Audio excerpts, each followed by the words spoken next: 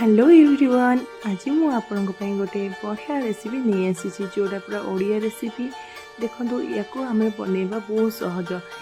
यार ना है पोई चिंगुड़ी घांट तो चलते देखा मुझे बनाऊँगी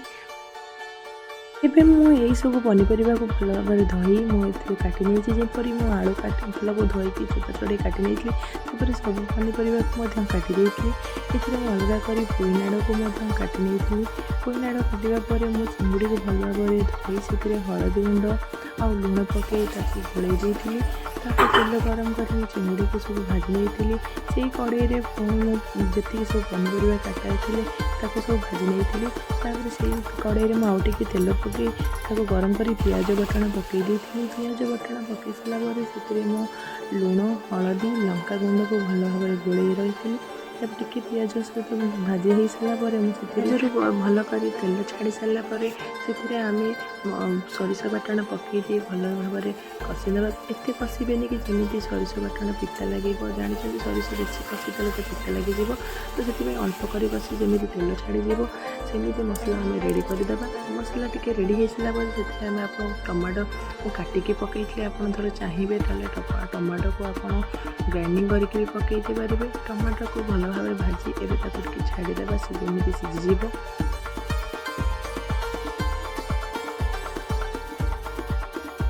एबे देखंतु भल भाव टमाटर मसला मिसीगला देखो पनीपरिया भाजी रखी पनीपरिया आम से मसला पकई भल भाव गोल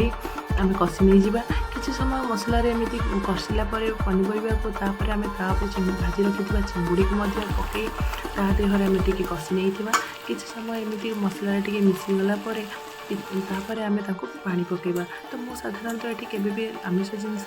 ठंडा पानी यूज करे तो मुझे कषि सारा गरम पानी ही पकेबी आपण मैंने भी जब भी आम कौन से आमिष जिनस बनाऊँ तो गरम पानी ही टिके करके पकेबे देखिए तार जल्दी स्मेल किसी आसे नहीं और बहुत बढ़िया जल्दी फुटी जाए और भल भाव हुए ए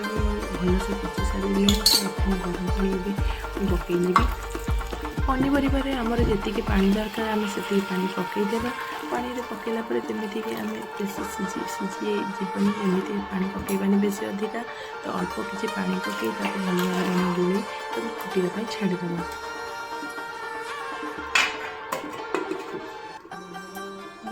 एबे आम रखी पोई पत्र को भल भाव धोई आम एवं छोरी साइजर काटी नहीं टी बेसी छोट छोट करें जी दरकार आमको बेसी बड़ बड़ भी करें टी आम करके काटिदेवा जमी मु काटुची आप से सब भल भाव देखो आम चिंगुड़ी भी भल भाव हो आसला देहर आम ये सब काटी रखी पोई पत्र को आम से पकईदेवा देखो के बढ़िया से कलर आसगला तब किसी समय पकई आम गोल किसी समय आम छाड़ीदेवा देखो पोई पत्र टिके जस्ट अल्प बेसी सीझे कम अल्प टे सीझे टे सीझी सारापर देख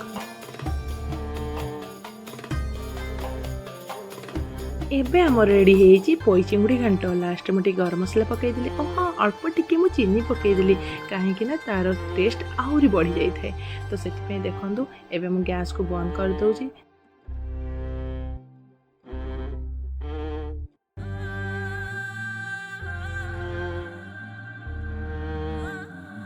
एबे कहतु आपण मान भिडियोटी केमिति लगिला जदि आपण मान भल लगी ताले मते लाइक एंड सब्सक्राइब करेंगे हाँ हाँ भिडियोटी पूरा फुल देखिए आ देखंतु चिंगुड़ी आमर बढ़िया से रेडी होती बहुत सुंदर भी देखा समस्ते भी घरे खाई कहले बहुत टेस्टी थी एबे देखंतु मो झील को भी मुझे खाया मम्मी सी कहला मामा बहुत टेस्टी होती थैंक यू।